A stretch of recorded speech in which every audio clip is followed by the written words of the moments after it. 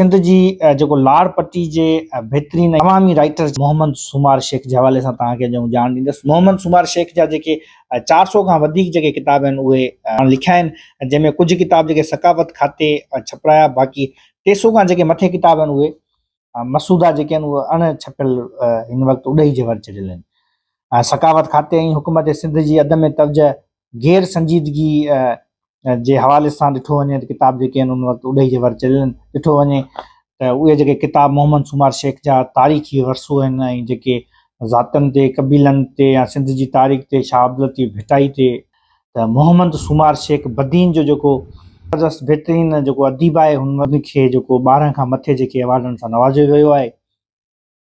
हिन वक़्तु ॻाल्हि इहा आहे जो गवर्नमेंट ऑफ सिंध या कल्चर डिपार्टमेंट जे लाइ हिकिड़ो सवालिया निशानात हेॾे मौक़िक़ हेॾे तारीख़दान जे 300 किताबनि खां वधीक जेके किताब आहिनि उहे न छपराइण जी रीज़न जी का बि ख़बर न आहे पई। ऐं बदीन जो ही मोहम्मद सुमार शेख उन दौर में पंहिंजी साइकिल ते हवाई चप्पल पाए करे ज़िले बदीन या जिथे बि हुनखे का ॼाण मिलंदी त उते साइकिल ते पुॼी करे उतां पंहिंजा किताब या उतां नॉलेज हथु करे उहो किताबनि ज़रिए छपे छॾिया आहिनि। हिन वक़्तु पोज़ीशन इहा आहे जो हुनजो जेको ख़ानदानी हुनजो औलाद आहे उहो हिन वक़्तु फाका कशी जी ज़िंदगी गुज़ारण ते मजबूर आहे। ऐं जेको औलाद में जंहिं छित जे हेठां रहे थो उहा छित बि बरसातनि जे कीअं बि कमु जी न आहे। बरसातनि जे टाइम में उहा छित टिमे थी। हिन वक़्तु असां सां गॾु मोहम्मद सुमार शेख जो फर्ज़ंद अनवर शेख मौजूदु आहे। अच्छा अनवर शेख साहब, तव्हां असांखे मोहम्मद सुमार शेख साहब जी तारीख़ ऐं जेको हुनजो पोरियो आहे, जेको कयल पोरियो आहे किताबी वरसे तौर, उहो थोरो ॿुधायो त तव्हां वटि केतिरो किताब आहे ऐं जेको अणछपियल मवादु आहे उहो घणो पियल आहे? सर, अणछपियल मसौदा तक़रीबन मूं वटि 300 खां मथे ज़्यादा मौजूदु आहिनि, जेका हिन कबटनि में मौजूदु आहिनि।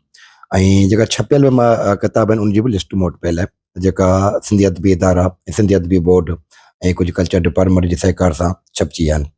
ऐं असांखे इहो अफ़सोस आहे त जेको कलम निगार जेको हेड़ी कंडीशन में हलंदा ऐं हेॾी महिनतनि सां उन मंज़र आम ते शयूं आणींदा, उन शइ खे निगलेक्ट करे ऐं उनखे पॉज़िटिव करार न ॾियण जे बदिरां नेगेटिव करार ॾियनि त ॾाढो ॾुख थो थिए। ऐं आऊं उनजो पुटु हिन पंहिंजी कल्चर तहज़ीब खे संभालियो। अॼु मूंखे 19 साल थिया न ते कचे तौर कमु पियो करियां। ऐं 40 साल खां पोइ या मरण खां पोइ जेका मालिकी थींदी उहा मालिकी न चइबी। ऐं इहो मुंहिंजो पीउ अदीब आहे ऐं उन जेका काफ़ी काविशूं आहिनि, उनजा काफ़ी अवार्ड ॾिनल आहिनि। जनरल ज़िया सां जॾहिं हलियो उन वक़्त जा दौर जा फ़ोटो असां वटि पिया आहिनि ऐं लतीफ़ अवार्ड मिलियो। असीं इहो था चाहियूं त जेका कलमी मसौदा जेको सिंधी अदब जा नायाब अनमोल सम्झ जहिड़ा सोन जहिड़ा किताब हिते कबटनि में वसड़नि, उहो मंज़र आम ते अचनि ऐं उनखे आवाम पढ़े ऐं उन मां सुठो ज़ेफ़ हासिल करे त वधीक बहितर थींदो। ऐं हिते जेका 19 साल खां मुलाज़िम जेका कमु पिया कनि, जेका नओं खप जिते बुख पेट मरी उते कमु पिया कनि शेख मोहम्मद सुमार इदारे में, उन्हनि खे बि पको कयो वञे। ऐं स्पेशली मुंहिंजो बि हक़ु आहे, मूंखे ॿियो त कुझु कोन मिलियो, घटि में घटि मुंहिंजे ॿी जॻह ते मूंखे उन सीट ते 19 साल जो सिलो ॾिनो वञे। अहिड़ो कयो वञे त मुंहिंजो छित ठही वञे ऐं मुंहिंजा बच्चा पंहिंजा उन छित में महफ़ूज़ वेठा।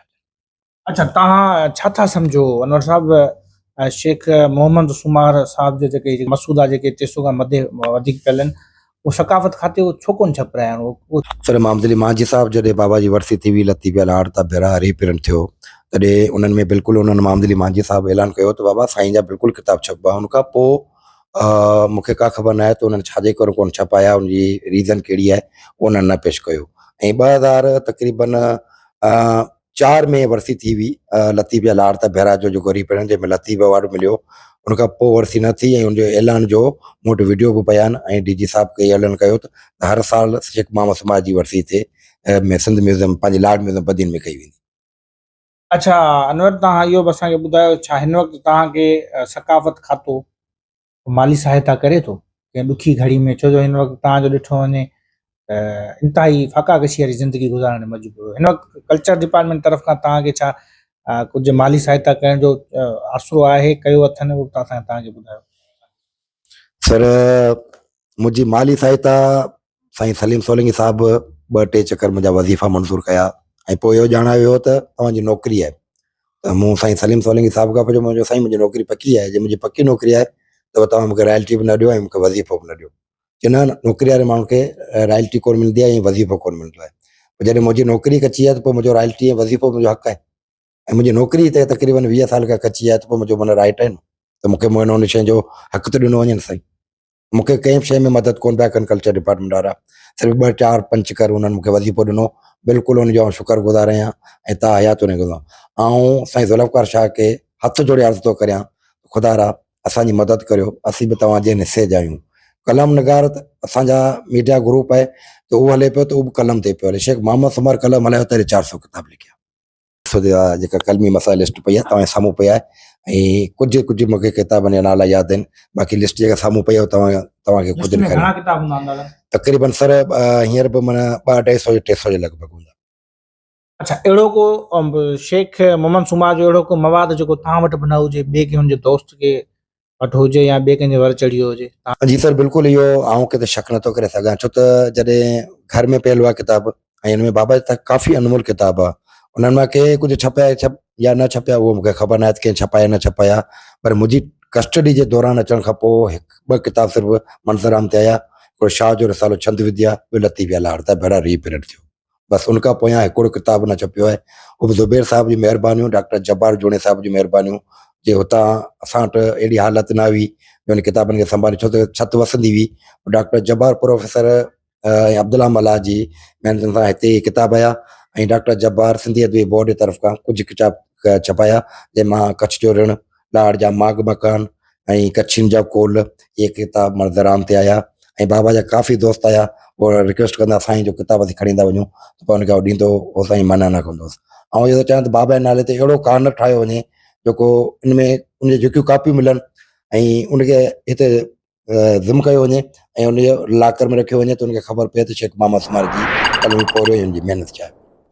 सो हिननि इहो ई मुतालबो कयो आहे हुकूमत सिंध ऐं कल्चर डिपार्टमेंट खां, जेके किताब शेख मोहम्मद सुमार जा बक़ाया किताब रखियल आहिनि या रहियल आहिनि, उन्हनि खे हू पब्लिश कराइनि, उन्हनि खे हू छपाए किताब जी सूरत में पेश कनि, जीअं सिंध जी अवाम, सिंधी क़ौम उहो किताब पढ़े उन्हनि जो जेको पोरियो आहे उहो पोरियो हिननि जो जेको रायगान न थिए, उहो पोरियो जो फल हिननि खे मिले।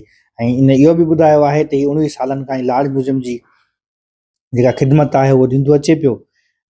इन दौरान ही अञा चो मुलाज़िम आहे। सो इहो बि मुतालबो कया आहे कल्चर डिपार्टमेंट, कल्चर जे वज़ीर सां त अचनि पिया या हिननि जो जेको शेख मोहम्मद सुमार जो जेको पोरियो आहे उहो हिन जी औलाद खे मिलियो वञे, जीअं ही पंहिंजी ज़िंदगी जेका आहे उहा सुठे नमूने सां गुज़ारे सघनि।